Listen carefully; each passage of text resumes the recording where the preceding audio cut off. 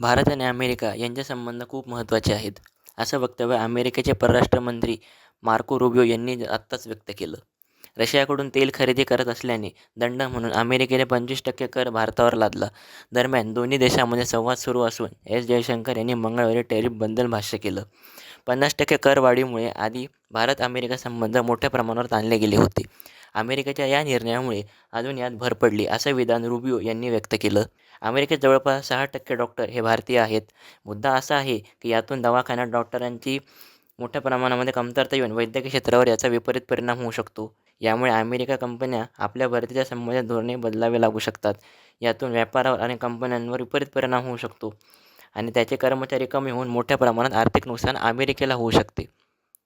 Immigration policy assistant bill Guresh यांच्या मते अर्थव्यवस्था आणि जगावर विपरीत परिणाम होऊ शकतो. अमेरिका आज महासत्ता आहे, पण ट्रम्प यांच्या या निर्णयामुळे कदाचित या पदावरही परिणाम होण्याची शक्यता नाकारता येत नाही.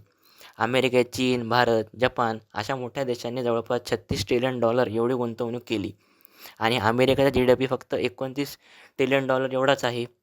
मग यातून अमेरिका इतर देशांना पैसे परत करू शकत नाही. मग यातून पुन्हा अमेरिकेला आर्थिक अडचणींचा सामना करावा लागू शकतो.